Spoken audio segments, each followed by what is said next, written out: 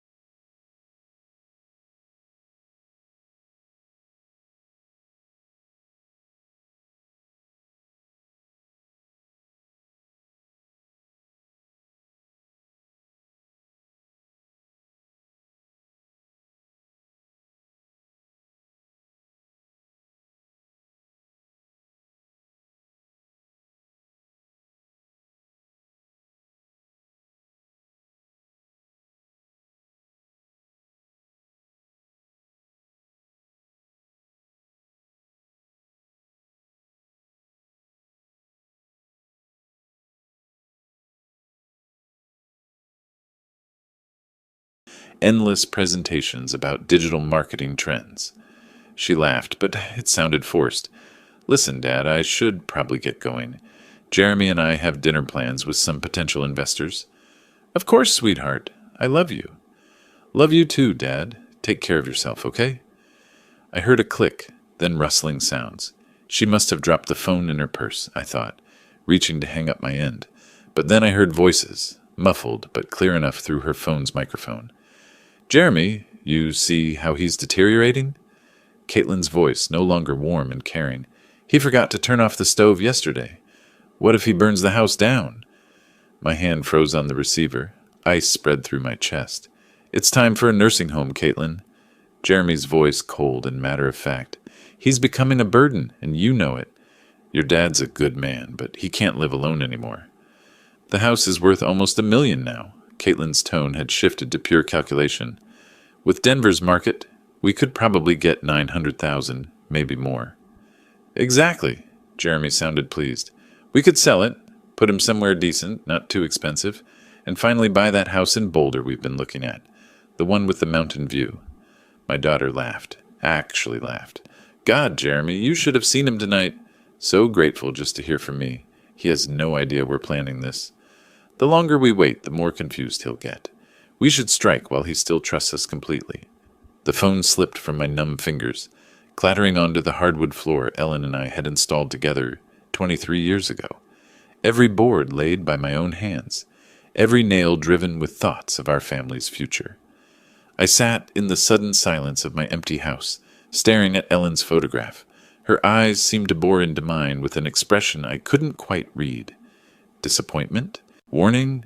Or maybe just the terrible knowledge that comes to those who've already left this world. The grandfather clock in the hallway, Ellen's anniversary gift to me 15 years ago, ticked steadily in the growing darkness. Outside, the first spring crickets began their evening song in the garden Ellen had planted, and I still tended.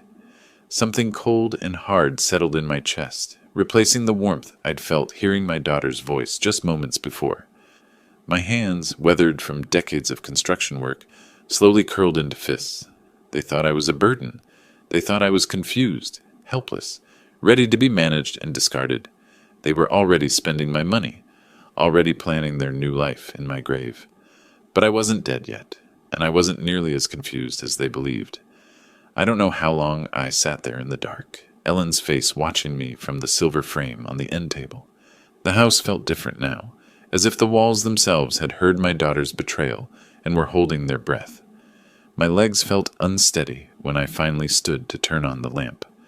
The warm light fell across the living room we'd furnished piece by piece, each item chosen with care and saved for with sacrifice. The burgundy sofa where Caitlin used to curl up doing homework, the coffee table I'd built in the garage, sanding it smooth while she played at my feet. I walked to the kitchen and opened the drawer where I kept old receipts and papers. My fingers found the folder I was looking for without conscious thought. 20 years of financial records I'd never thrown away because Ellen always said, "You never know when you might need them."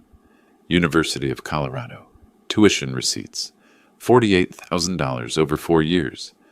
I remembered those double shifts, coming home with concrete dust in my hair and plaster under my fingernails.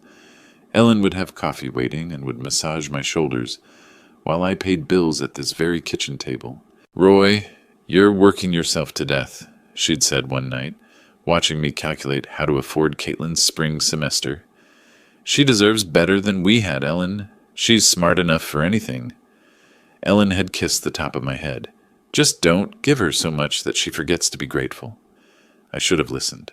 God, I should have listened. The wedding receipts were in there too.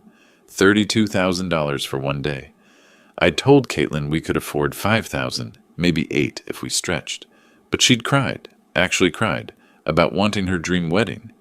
I'd worked weekends for 6 months, installing hardwood floors for a contractor friend who paid me under the table. "Daddy, you're the best father in the world," she'd whispered during our dance, her head on my shoulder, her wedding dress rustling against my rented tuxedo. I'll never forget this. But she had forgotten. Just like she'd forgotten who co-signed her first car loan when her credit wasn't good enough. Just like she'd forgotten who made the calls to get her that marketing job when she was unemployed for 8 months after graduation.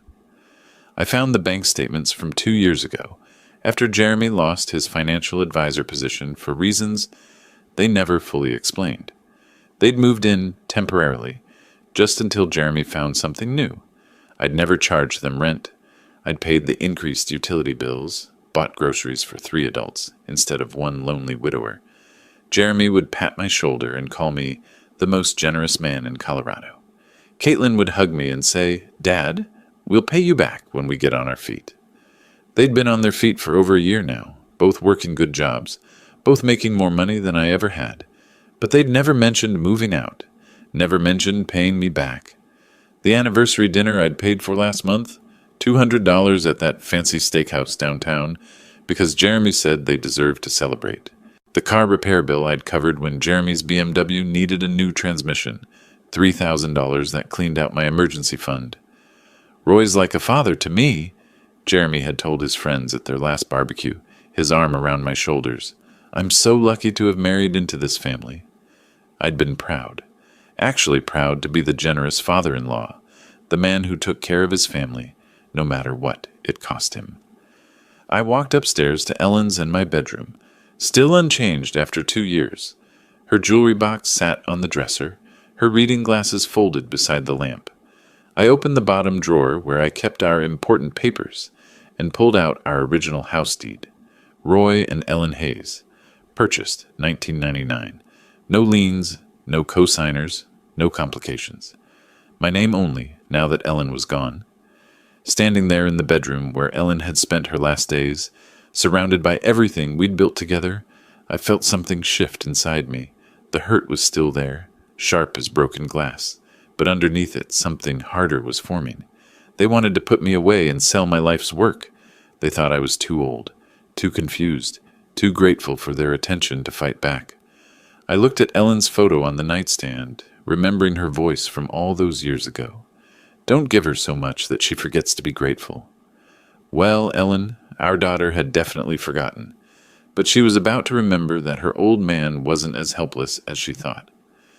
I walked to my home office and pulled out the business card I'd kept in my desk drawer for 3 years. Todd Fisher, real estate attorney. Ellen had insisted we meet with him after her cancer diagnosis, just to make sure our affairs were in order. It was time for another consultation. The next morning I walked through my house like a stranger seeing it for the first time. But instead of seeing home, I was seeing what Caitlin and Jeremy saw: square footage, market value, liquid assets. In the kitchen, I ran my hand along the granite countertop I'd installed myself, working by lamplight after my regular job, because we couldn't afford to hire contractors. Ellen had picked out the pattern, speckled gray with veins of gold that caught the morning light. She'd made coffee on this counter every morning for 16 years, until the cancer took her strength away. I remembered the Christmas morning when 3-year-old Caitlin took her first wobbly steps right here, from the refrigerator to Ellen's outstretched arms.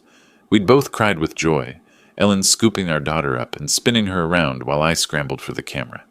"Our baby's walking in our house," Ellen had whispered, tears streaming down her face, "in the house we built for her." The living room held 25 years of Christmas mornings. I could still see 7-year-old Caitlin's face lighting up at the sight of the dollhouse I'd spent 3 months building in the garage, working in secret after she'd gone to bed. Ellen had sewn tiny curtains for the windows, made miniature furniture from cardboard and fabric scraps. "Daddy, it's just like our house," Caitlin had squealed. And it was. I'd made it a perfect replica, down to the little bay window in what represented her bedroom. That bay window had cost me 6 months of overtime.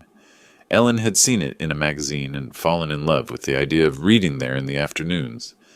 I'd learned to cut angles I'd never cut before, measured and remeasured until my back ached from crawling around the frame. "Roy, we can't afford this," Ellen had worried when she saw me marking measurements on the wall. "You want it, you'll have it," I'd told her. "I'll make it work."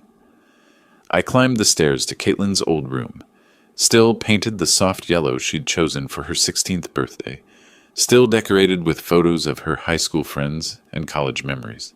The room where I'd rocked her through colicky nights as a baby, where Ellen and I had helped her with algebra homework at the small white desk I'd built to fit perfectly under the window. The master bedroom was the hardest. Ellen's side of the bed still had her water glass on the nightstand, her bookmark still marking page 247 of the novel she'd never finish. I'd built these walk-in closets with my own hands, custom designed to fit Ellen's height perfectly. Her clothes still hung there, still smelling faintly of her perfume. This was the room where we'd planned our future, where we'd whispered about our dreams for Caitlin, where Ellen had died holding my hand while machines beeped around us. "Promise me you won't let them take advantage of you," she'd said near the end, her voice barely a whisper. "You're too good, Roy. Too generous. Promise me you'll take care of yourself." I'd promised, but I hadn't kept that promise, had I? In my home office, I found the folder of construction photos Ellen had kept. Pictures of me laying the foundation in the spring of 1999, 25 years younger and 50 pounds stronger. Me and my crew installing the frame, Ellen in her hard hat bringing us lemonade on hot summer days, her belly just starting to show with Caitlin. The financial records from those years told the story Ellen's photos couldn't. Second mortgage. Personal loan from my brother. Ellen taking a part-time job at the school district to help with materials costs. We'd eaten beans and rice for months, drove cars held together with prayer and duct tape. But we'd built this house with our sweat, our sacrifice, our love for each other, and for the family we were creating. And now my daughter, the baby who'd taken her first steps in this kitchen, the child who'd played in the yard I'd landscaped by hand, wanted to sell it all and put me away like an inconvenient piece of furniture. I picked up Todd Fisher's business card from my desk drawer. The edges were worn from 3 years of handling, but the phone number was still clear. Caitlin and Jeremy thought they were dealing with a confused old man who'd be grateful for any scrap of attention they threw him. They thought I was weak, helpless, ready to hand over my life's work without a fight. They were about to learn just how wrong they were. I dialed Todd's number and listened to it ring, my hand steady as stone. Outside, the spring morning was bright and clear. The kind of day Ellen used to love, the kind of day for new beginnings. The law offices of Fisher and Associates occupied the second floor of a modest brick building on Colfax Avenue, the kind of place that specialized in helping regular people with real problems rather than impressing corporate clients. I'd chosen my best suit, the charcoal gray one Ellen had picked out for me to wear to her funeral, and arrived 15 minutes early, my hands only slightly trembling as I signed in at the reception desk. Todd Fisher was younger than I'd expected, maybe 55, with graying temples and the patient demeanor of a man who'd heard every family horror story twice. His office was lined with law books and family photos, a wife, 2 teenagers, a golden retriever. The kind of normal life Ellen and I had tried to build. Mr. Hayes, good to see you again. Todd poured coffee from a small machine in the corner, the rich smell filling the space between legal documents and filing cabinets. I remember you and Ellen from a few years back. I'm sorry for your loss. Thank you. I accepted the coffee, surprised by how steady my voice sounded. I need to discuss something delicate about my daughter and son-in-law. Todd settled behind his desk, pen ready. I'm listening. I told him everything. The phone call, the overheard conversation, their plans to sell my house and put me in a nursing home. Todd's expression never changed, but I caught him shaking his head slightly when I described their eagerness to spend my money on their bolder dream house. Unfortunately, Mr. Hayes, this scenario is more common than you'd think. Todd set down his pen and leaned back in his chair. Adult children often assume they know what's best for their aging parents, especially when valuable assets are involved. But they can't actually do anything, can they? I mean, legally. Let's start with the basics. The house is titled in your name only since your wife's passing, correct? That's right. Ellen and I owned it jointly, but when she died, it transferred to me automatically. Then legally speaking, your daughter and son-in-law have absolutely no claim to your property. They cannot sell it, cannot force you into a care facility, cannot make any decisions about your assets without your explicit consent. Todd pulled a legal pad from his drawer and began making notes. The house belongs to you, period. Relief flooded through me, followed immediately by something sharper. So if I wanted to sell it myself, you could put it on the market tomorrow if you chose to. It's your property, your decision. Todd looked up from his notes. May I ask why you're considering that option? I thought about Caitlin's laugh when she'd called me a burden, about Jeremy's cold calculation of my worth, about 25 years of sacrifice reduced to a real estate transaction. They think I'm helpless, confused. They think they can manage me like a piece of property. My hands clenched around the coffee cup. Maybe it's time I showed them exactly how sharp my mind really is. Todd was quiet for a moment, studying my face. Denver's housing market is incredibly strong right now, especially in your neighborhood. Properties are selling within days, often for cash offers above asking price. He paused. If you were serious about selling quickly, before your daughter and son-in-law return from their trip, how quickly could it happen? With the right buyer, and there are plenty of investors looking for properties like yours, we could have a sale completed within a week, maybe less. Todd leaned forward. But Mr. Hayes, this is a major decision. Once you sell, there's no going back. I built that house with my own hands, Mr. Fisher. Every board, every nail, every custom detail, I know exactly what I'm doing. We spent the next hour discussing practicalities, market value estimates, cash buyer networks, legal requirements. Todd explained that he could have everything prepared within 24 hours if I was serious about proceeding. The consultation fee is $200, Todd said as I prepared to leave. If you decide to move forward, that applies toward my legal fees for the sale. I paid in cash, feeling more clear-headed than I had in months. Walking to my truck in the spring sunshine, I felt my phone buzz in my pocket. Caitlin's name appeared on the screen, and for the first time since her betrayal, I smiled. The phone rang once, twice, 3 times. I could picture her in some hotel lobby in Phoenix, probably checking her watch, wondering why her grateful old father wasn't jumping to answer her call. Let her wonder. Let her and Jeremy make their plans about my future, my house, my life. They were in for the surprise of their lives. The phone kept ringing as I climbed into my truck, Todd Fisher's business card secure in my wallet, and a plan forming in my mind that would teach my ungrateful daughter exactly who she was dealing with. I had built my life from nothing once before. I could certainly tear it down and rebuild it on my own terms. The phone finally stopped ringing, but I knew she'd call back. She always did when she needed something from the old man. This time she was going to get much more than she bargained for. By the time I reached my driveway, confidence had replaced the tremor in my hands. Todd Fisher's words echoed in my mind. It's your property, your decision. 25 years of doubt and second-guessing had lifted like Denver fog in the morning sun. I was unlocking my front door when the phone rang again. Through the window, I could see it buzzing against the kitchen counter where I'd left it.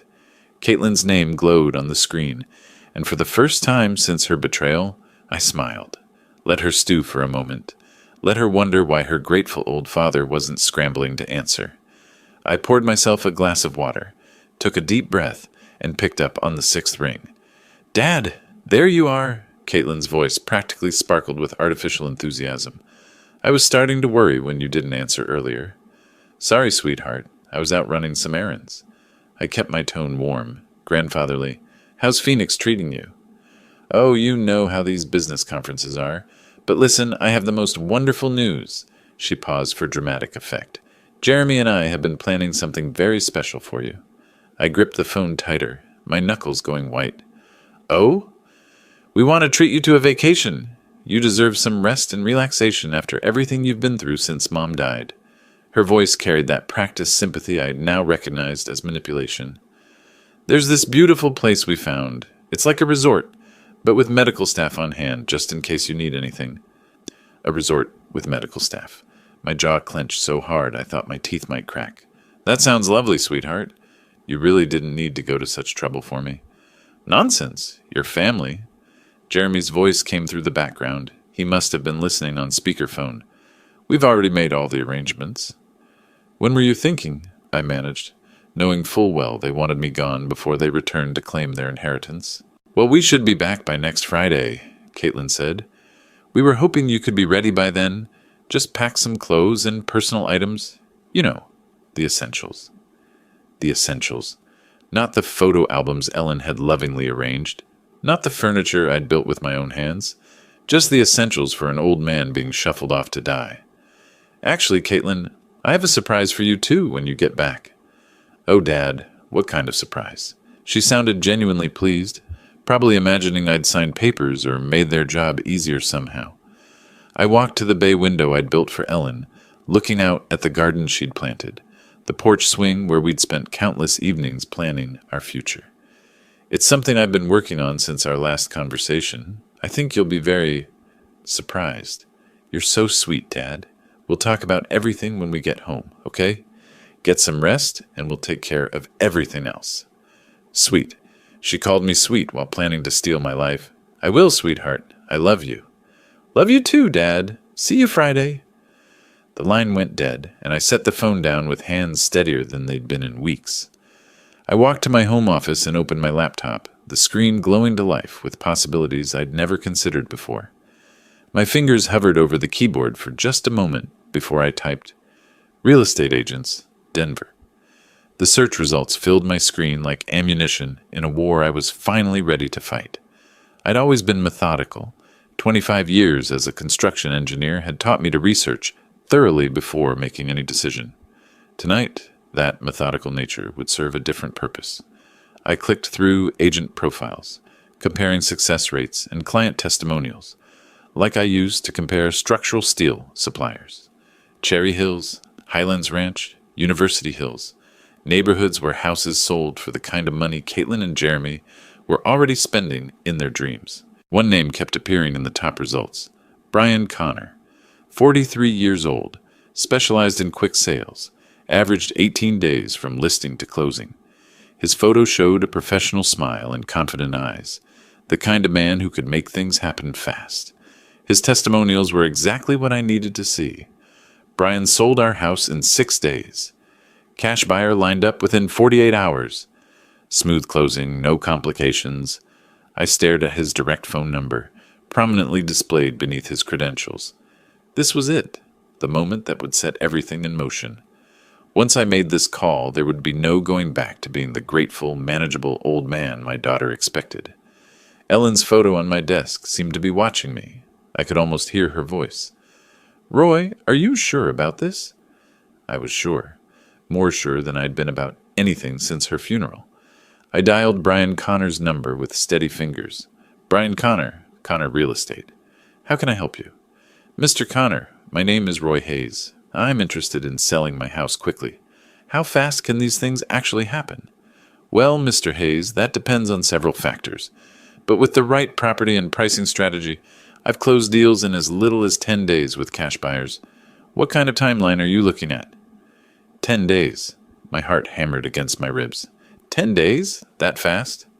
Absolutely. Denver's market is incredibly hot right now, especially for well-maintained properties in established neighborhoods. Can you tell me a bit about your house? I looked around my kitchen, seeing it through a buyer's eyes for the first time. Two-story, 3,400 square feet, built in 1999, Cherry Creek area, 3 bedrooms, 2.5 baths.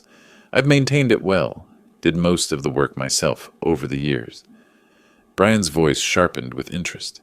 That sounds exactly like what several of my investors are looking for. Original owner, well-maintained, established neighborhood. Those are premium selling points. Would you be interested in a property assessment? How quickly could you come by? I can be there this afternoon if you're available. Say 3 o'clock? I glanced at the clock. It was just past noon. 3 o'clock works perfectly. Let me give you the address. After I hung up, I sat in the sudden quiet of my kitchen, the magnitude of what I'd set in motion beginning to settle in my chest. In 3 hours, a stranger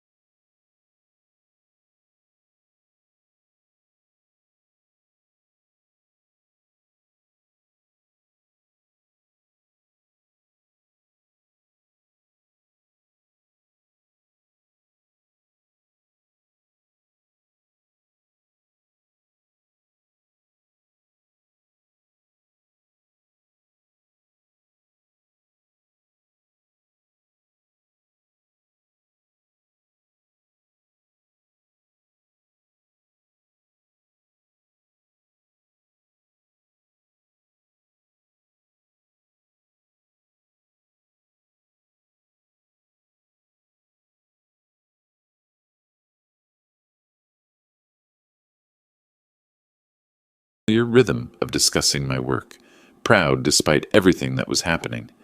And this kitchen, Brian stopped at the granite countertop, running his hand along the edge. Custom installation?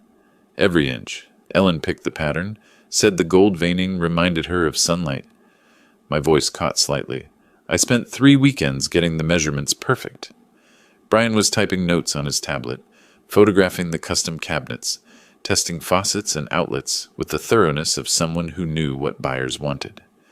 Mr. Hayes, I have to be honest with you. In my 15 years doing this, I rarely see properties maintained to this standard. I'm an engineer, was an engineer. I believe in building things right the first time. It shows. He gestured toward the living room. May I? I nodded, following him as he admired the open floor plan, the built-in bookcases flanking the fireplace, the way Ellen's decorating choices had turned our construction project into a home. This bay window, custom work. Built it for my wife. She wanted a reading nook. I could picture her there with her mystery novels and afternoon tea, her reading glasses perched on her nose. Brian was taking measurements now, his excitement barely contained. Mr. Hayes, I need to show you some comparable sales. He pulled up listings on his tablet. Similar properties in this area have been selling for $850,000 to $920,000. My chest tightened. That was more than Caitlin and Jeremy had estimated in their cruel conversation. But given the condition and custom features of your home, I'm thinking we price it at $890,000. That should move it quickly while getting you top dollar. $890,000. I sat down heavily in Ellen's reading chair, the numbers spinning in my head. That much? I managed. Mr. Hayes, you're sitting on a gold mine. Properties like this don't come on the market often, especially not in this condition. Brian's voice carried the confidence of someone who knew his business. I actually have an investment group that's been looking for exactly this type of property. What kind of investment group? They specialize in high-quality rental properties in established neighborhoods. They pay cash. No financing contingencies. No repair negotiations. They can close in 10 business days. 10 business days. Caitlin and Jeremy would return from Phoenix in 8 days, expecting to find their grateful, manageable father ready to be shipped off to their resort. What's the catch? Why so fast? Brian smiled. No catch. Cash means no loan delays, no appraisal contingencies that could kill the deal. They do their own inspections, but frankly, your house is in better shape than most new construction I see. I looked around the living room where Caitlin had taken her first steps, where Ellen and I had hosted Christmas mornings and birthday parties and quiet Sunday afternoons, reading the paper together. When would I need to be out? Standard contract gives you 30 days after closing, but they're flexible if you need more time. The main thing is getting clear title and completing the paperwork. I thought about Caitlin's voice on the phone, calling me sweet while planning to steal my life. I thought about Jeremy's cold calculation, reducing me to a burden to be managed. I thought about Ellen's warning about being too generous, too trusting. Let's do it. Brian's professional mask slipped for just a moment, revealing genuine excitement. Excellent choice, Mr. Hayes. Let me call them right now. I watched him dial, heard him describe my property with the enthusiasm of someone who'd found buried treasure. Cherry Creek area, original owner, immaculate condition, custom features throughout. He ended the call with a broad smile. They want to move forward immediately. I can have the initial contracts ready by tomorrow morning. The sun was setting through Ellen's bay window, casting golden light across the room where I'd just agreed to sell 25 years of my life. But for the first time since that devastating phone call, I felt something that had been missing for too long. Control. How does 9 a.m. sound? The question hung in the air like smoke, and I realized Brian was waiting for an answer that would change everything. The grandfather clock in the hallway, Ellen's 15th anniversary gift to me, ticked steadily in the silence. 9 a.m. sounds perfect. After Brian left with promises of contracts and closing timelines, I stood alone in the house that would soon belong to someone else. The evening light through Ellen's windows painted everything golden, like a photograph of a life I was about to leave behind. But it wasn't sadness I felt, it was anticipation. Brian arrived the next morning with contracts, a notary, and coffee for everyone, the kind of professional efficiency I'd always respected. I read every line with the thoroughness that had made me a good engineer, checking details the way I used to check blueprints. Sale price, $800 to $90,000. Cash purchase. Closing date, 10 business days from signing. The notary, a middle-aged woman with kind eyes, walked me through each signature. Minimal contingencies, just the title search and final walkthrough. And I can remain in the house for 30 days after closing if needed? That's correct, Mr. Hayes, though most sellers prefer to move out sooner rather than later, just for peace of mind. Peace of mind? I almost laughed.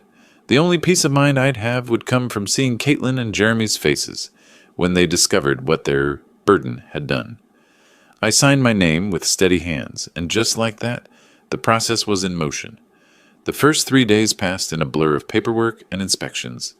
The title company began their search through decades of records. The investors sent their team, a polite crew who admired my workmanship and found nothing to complain about. Your father-in-law really knew what he was doing, one of them told the heir, since they assumed I was already gone. These floors, this electrical work, all top quality. Days 4 through 6, I became a man with a secret mission. I researched apartments online, looking for something small but comfortable, somewhere I could start over with nearly $900,000 in the bank. I found a place in Highlands, a senior community with golf courses and a community center, the kind of place Ellen and I had sometimes talked about for our golden years. I also called storage facilities, planning which of Ellen's things I'd keep and which I'd have to leave for the new owners. Her china, definitely. Her jewelry box, the photo albums, the essentials of a life lived together. Days 7 through 9 brought a strange confidence I hadn't felt in years. Each morning I woke up knowing I was one step closer to freedom, one step closer to showing my daughter that her confused old father was sharper than she'd ever imagined. Mrs. Patterson from next door noticed the activity, asked about the inspectors and official-looking people. Just some work being done, I told her, hating the half-truth, but knowing the full truth would spread through the neighborhood before I was ready. On day 8, Brian called with final confirmation. Everything's on track for tomorrow's closing, Mr. Hayes. The buyers are thrilled with the inspection results. Wire transfer will be completed the same day. You'll have access to funds immediately. That night, I packed a single suitcase with clothes and personal items, not because I was moving yet, but because I wanted to be ready for anything. I looked at Ellen's photo on our dresser and whispered, I hope you understand what I'm doing. Friday morning arrived bright and clear, the kind of spring day Ellen used to say was Denver at its finest. I dressed carefully in my best suit, not the funeral suit, but the navy one Ellen had bought me for Caitlin's college graduation. The title company office was all professional efficiency, and congratulations. The buyers were represented by their attorney, a sharp woman who double-checked every document. Brian handled the paperwork like a conductor, leading an orchestra. Mr. Hayes, if you'll sign here, and here, and initial there. Each signature felt like cutting a chain. The deed transfer, the settlement statement, the final acknowledgement that 1247 Maple Street no longer belonged to Roy Hayes. And this is your wire transfer confirmation. $890,000, less closing costs, has been deposited to your account. I stared at the numbers on the paper. More money than I'd ever seen in one place. More money than Caitlin and Jeremy had dreamed their burden could access. We shook hands all around, everyone pleased with the smooth transaction. Brian walked me to my truck, promising to stay in touch if I ever needed real estate services again. You made the right choice, Mr. Hayes. Sometimes a fresh start is exactly what we need. I drove home through neighborhoods I'd known for 25 years, past the elementary school where Caitlin had learned to read, past the park where Ellen and I used to walk every Sunday morning. But instead of nostalgia, I felt liberation. I pulled into my driveway and sat in my truck, looking at the house that was no longer mine. The keys to the front door felt heavy in my palm, but tomorrow I'd hand them over to the new owners and walk away from this chapter of my life. Caitlin and Jeremy were due back from Phoenix in 3 days. They'd arrive expecting to find their grateful, manageable father ready to be packed off to their resort. Instead, they were going to find an empty house and a lesson they'd never forget. I climbed out of my truck and walked toward my front door, reaching for my phone to make the next call in a plan that was working better than I'd ever hoped. The engine ticked as it cooled in my driveway, but I couldn't bring myself to turn it off. I sat staring at the house I'd built with my own hands, the house that now belonged to strangers, the house where Caitlin and Jeremy expected to return and find their grateful, manageable father waiting to be shipped off. The keys to the front door felt like lead in my palm. New owners or not, I still had access for 30 days, time enough to complete what I'd started.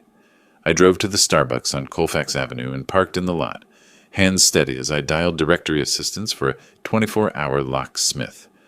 The urgency fee would cost an extra $200, but money was no longer a concern. AAA Emergency Locksmith, this is Eddie speaking. I need all my door locks changed today. It's urgent. What kind of time frame are we looking at, sir? As soon as possible. I can pay cash. I can be there in 2 hours. Address? Back at the house, I waited for Eddie in my truck, watching Mrs. Patterson water her garden next door. She waved and I waved back, my chest tight with the knowledge that I was lying to everyone who cared about me. Eddie arrived in a van full of tools and hardware, a man in his 50s who'd clearly seen every kind of lock emergency Denver had to offer. Security issue, sir? He asked, studying my front door. New ownership situation. Better safe than sorry. He nodded like he'd heard it before and got to work. I watched him remove the locks I'd installed 15 years ago, the brass hardware Ellen had picked out because it matched our door knocker. These are quality locks, Eddie commented as he worked. Somebody knew what they were doing when they installed them. That was me. I like things done right. The new locks were silver instead of brass, modern instead of traditional. They clicked differently when Eddie tested them, a sharper, more mechanical sound than the old ones. Here are your new keys, sir. 3 copies of each, front door, back door, and garage side entrance. Eddie handed me a ring of keys that felt foreign in my palm. That'll be $450 with the emergency fee. I paid in cash from my wallet, knowing there would be no paper trail connecting Roy Hayes to this transaction. After Eddie left, I stood in my empty house and began the hardest part, packing 25 years of life into what I could carry. Ellen's jewelry box went into my suitcase first, along with our wedding photos and the novel she'd been reading when she died, bookmarks still marking page 247. My engineering certificates, our important documents, Ellen's favorite cookbook with the handwritten notes in the margins. I left almost everything else. The furniture that told our story would have to stay. The photo albums chronicling Caitlin's childhood. Ellen's clothes, still hanging in our closet, still carrying the faint scent of her perfume. While I packed, I called Sunset Manor Apartments on my phone, explaining that I needed a furnished one-bedroom immediately. "We have a lovely unit available for immediate occupancy," said Mrs. Chen, the property manager. "Month-to-month lease if you prefer flexibility." "I'll take it." I met Mrs. Chen at the apartment complex an hour later, a modest but clean building designed for seniors, with a community center and well-maintained grounds. The one-bedroom unit was simple but comfortable, furnished with everything I needed to start over. "Cash deposit is perfectly fine, Mr. Hayes. When would you like to move in?" "Tonight." Mrs. Chen's eyebrows rose slightly, but she didn't ask questions. I signed the lease and handed over first month's rent plus deposit, nearly $3,000 that would have seemed impossible to spend casually just 2 weeks ago. Loading my car in the gathering dusk, I caught Mrs. Patterson watching from her window. She waved again, and I felt the weight of all the relationships I was severing, all the connections Caitlin and Jeremy had forced me to cut. I took one last walk through the empty rooms, my footsteps echoing differently now that the house belonged to someone else. In the kitchen where Ellen had taught Caitlin to bake Christmas cookies. In the living room where we'd watched Caitlin open presents on Christmas morning. In our bedroom where Ellen had taken her last breath while I held her hand. "I'm sorry, honey," I said aloud to Ellen's memory. "But you'd understand. You always said I was too generous for my own good." I locked the new locks and drove away from Maple Street for what might be the last time. My rear-view mirror full of the life I was leaving behind. The sun was setting when I arrived at Sunset Manor, my car loaded with the essentials of my existence. I carried my suitcase to my new front door, fumbling with unfamiliar keys to unfamiliar locks. Inside the small apartment, I dropped my suitcase and immediately reached for my phone. The final phase of my plan required one more call, one more piece of the puzzle that would give Caitlin and Jeremy the surprise of their lives. The apartment felt like a motel room, functional but soulless, with generic furniture and the lingering smell of industrial carpet cleaner. I stood holding my phone, Ellen's photo already positioned on the nightstand, trying to decide which bank would best protect nearly $900,000 from the children who thought they deserved it. I opened my laptop on the small dining table and began researching banks that specialized in large deposits. Colorado Community Bank caught my attention, smaller than the major chains with a focus on personal service and discretion, exactly what I needed. "Colorado Community Bank, Private Banking Division. This is David Morrison." "Mr. Morrison, my name is Roy Hayes. I need to open an account for a substantial deposit, around $890,000. The brief pause on the other end told me David was recalculating his day. "We'd be absolutely delighted to work with you, Mr. Hayes. When would be convenient for a consultation?" "Monday morning, 9 a.m.? "Perfect. I'll have everything prepared." The weekend stretched ahead of me like uncharted territory. I'd never lived anywhere but the house Ellen and I built together. This tiny apartment felt like exile. But it was exile by choice. My choice, not theirs. Saturday morning, I made coffee in the unfamiliar kitchenette and methodically unpacked my belongings. Ellen's jewelry box on the dresser, my engineering awards on the bookshelf, our wedding photo beside the bed where I'd sleep alone in a space that had never known Ellen's presence. I drove to the grocery store and bought food for one person. Simple meals, nothing that required the kind of cooking Ellen had loved. The checkout clerk, a young man with kind eyes, asked if I was new to the area. "Just moved in," I told him, starting fresh. Sunday morning, I discovered a coffee shop called Brews and Views, 3 blocks from my apartment. The barista, a young woman named Sarah with purple streaks in her hair, made the kind of strong coffee I preferred. "You're new around here," she observed, not prying, just friendly. "Retired engineer," I said, "looking for a quieter life." "Well, you've found the right neighborhood for that. Most of our customers are pretty mellow." I sat by the window with my coffee, watching people walk dogs and push strollers, living the kind of normal Saturday morning that Ellen and I used to treasure. But instead of sadness, I felt something I hadn't experienced in months: anticipation. Monday morning, I dressed in my best suit and drove to Colorado Community Bank. David Morrison was younger than I'd expected, maybe 45, with the kind of professional warmth that came from handling people's life savings. "Mr. Hayes, what brings you to Colorado Community Bank?" "I recently sold my house. I need a fresh start with an institution that values personal relationships over transaction fees." David nodded with genuine understanding. "We specialize in exactly that kind of service. Tell me about your needs." I explained my situation carefully. A widower who'd sold his family home and needed secure, accessible banking. David asked thoughtful questions, never prying beyond what was necessary for account setup. "I'll need to wire the funds from my previous bank," I explained. "No problem at all. We can initiate that transfer today, and the funds should clear by Wednesday."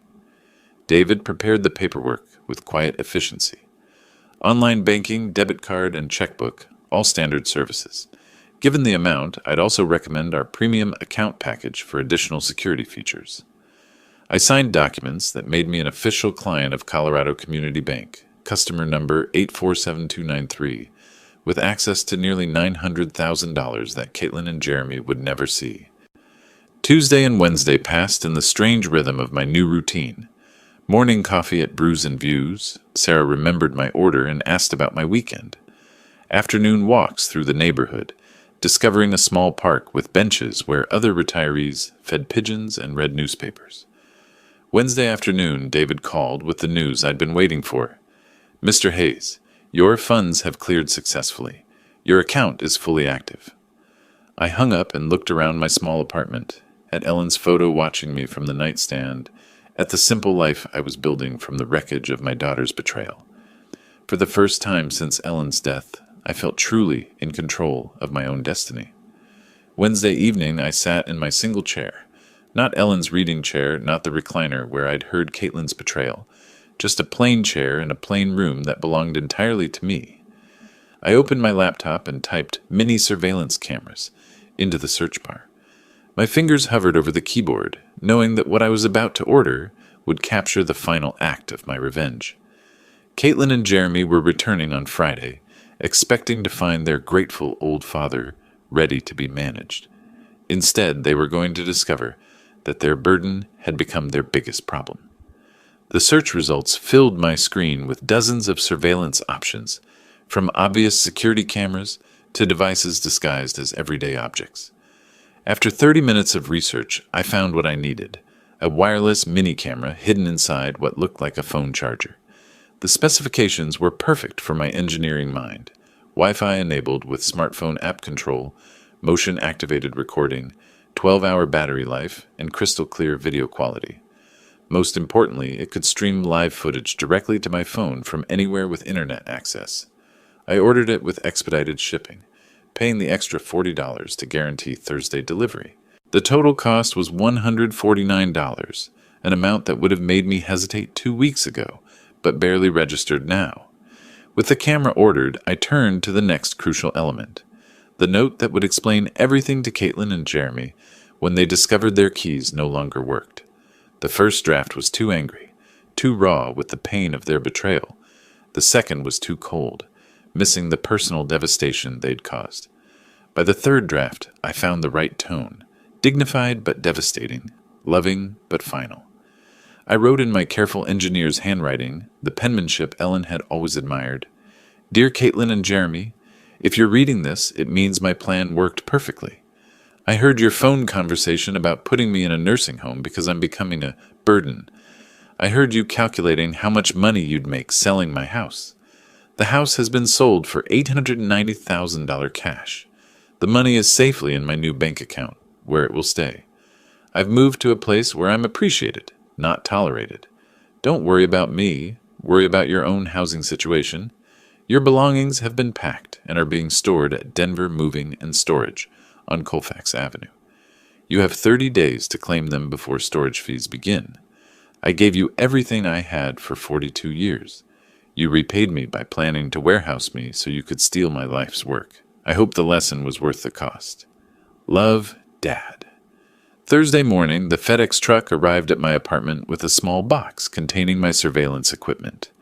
I spent an hour in my kitchen testing the device and learning the smartphone app. The video quality was remarkably clear, the audio sharp enough to catch whispered conversations. Thursday afternoon, I drove to my former house for the last time. I used the garage door opener I'd never given Caitlin and Jeremy, parking inside to avoid questions from neighbors.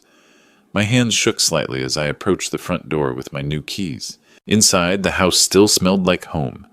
Ellen's lavender sachets, the lemon oil I used on the wooden furniture, the faint residue of 25 years of family dinners. But there were new additions that made my chest tight. Caitlin and Jeremy's suitcases by the stairs, their mail scattered on the kitchen counter, evidence that they'd been treating my house as their personal storage facility while planning my exile. I positioned the camera charger by the front door outlet, angling it perfectly to capture anyone entering. The view through my phone app showed the entire entryway, including the spot where I planned to hang my note. I tested the motion detection, walking in and out of frame until I was satisfied the system would capture every moment of their return. Then I taped the envelope to the inside of the front door at eye level, where they couldn't possibly miss it. Standing in my living room one final time, I touched the mantel where Ellen's photo had sat for 23 years.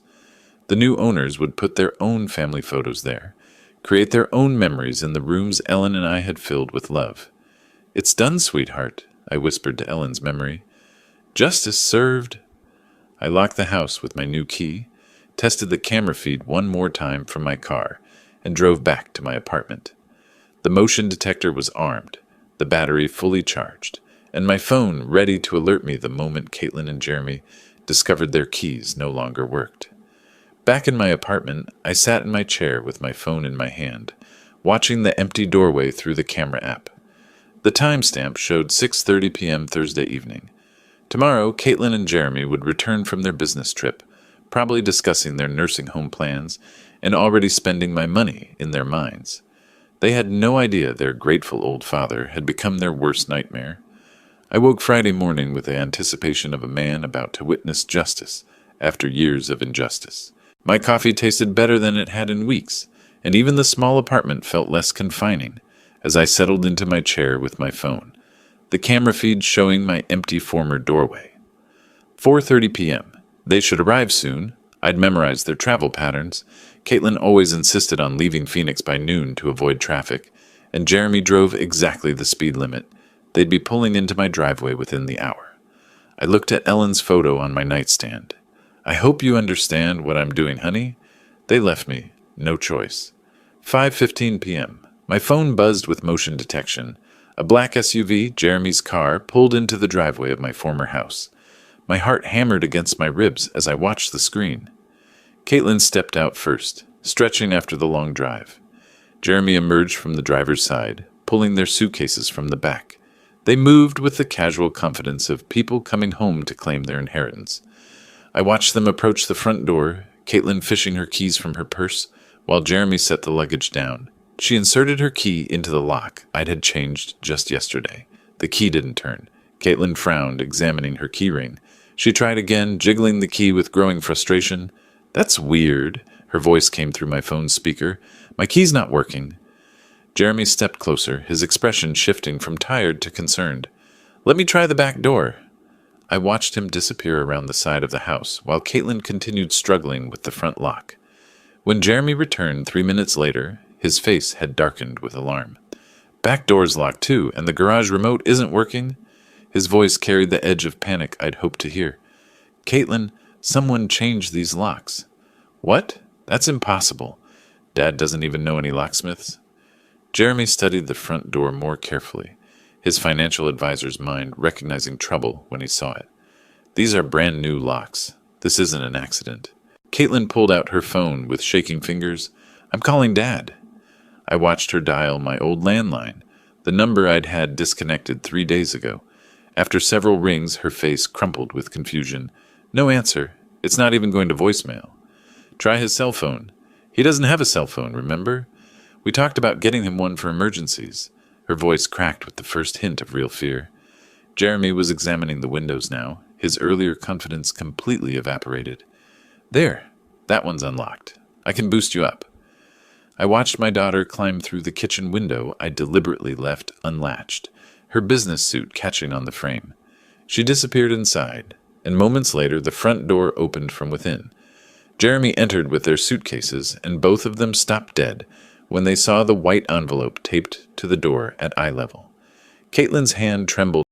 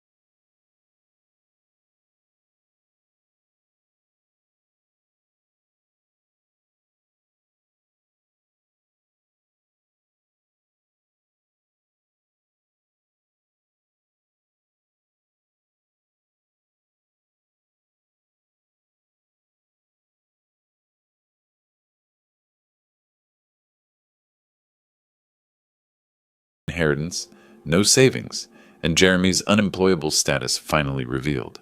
How could he be so cruel? She whispered.